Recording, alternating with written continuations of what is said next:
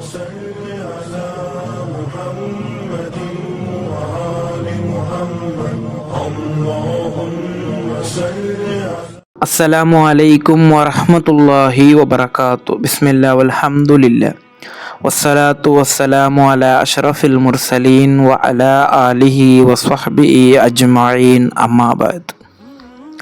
ಮಸೀದಿಗೆ ಹೋಗಲು ಮನಸ್ಸು ಬರುತ್ತಿಲ್ಲವೇ? ಹಾಗಾದರೆ ಇದನ್ನೊಮ್ಮೆ ಕೇಳಿ. ಅರ್ಶಿನ ನೆರಳು ಸಿಗುವಂತಹ ಎರಡು ವಿಭಾಗದ ಕುರಿತು ನಾವು ಚರ್ಚಿಸಿದ್ದೇವೆ. ಇವತ್ತು ಮೂರನೇ ವಿಭಾಗ, ವರಜುಲುನ್ ಕಲ್ಬುಹು ಮುಅಲ್ಲಕುಂ ಫಿಲ್ ಮಸಾಜಿದ್. ಮಸೀದಿಯೊಂದಿಗೆ ಸದಾ ಸಂಪರ್ಕವಿರುವ ವ್ಯಕ್ತಿ, ಆತನಿಗೂ ಅರ್ಶಿನ ನೆರಳು ಸಿಗುತ್ತದೆ ಎಂದು. ಆದ್ದರಿಂದ ನಾವು ಕಡ್ಡಾಯವಾದಂತಹ ನಮಾಜ್ಗಳಿಗೆಲ್ಲ ಪುರುಷರು ಮಸೀದಿಗೆ ಹೋಗಬೇಕು.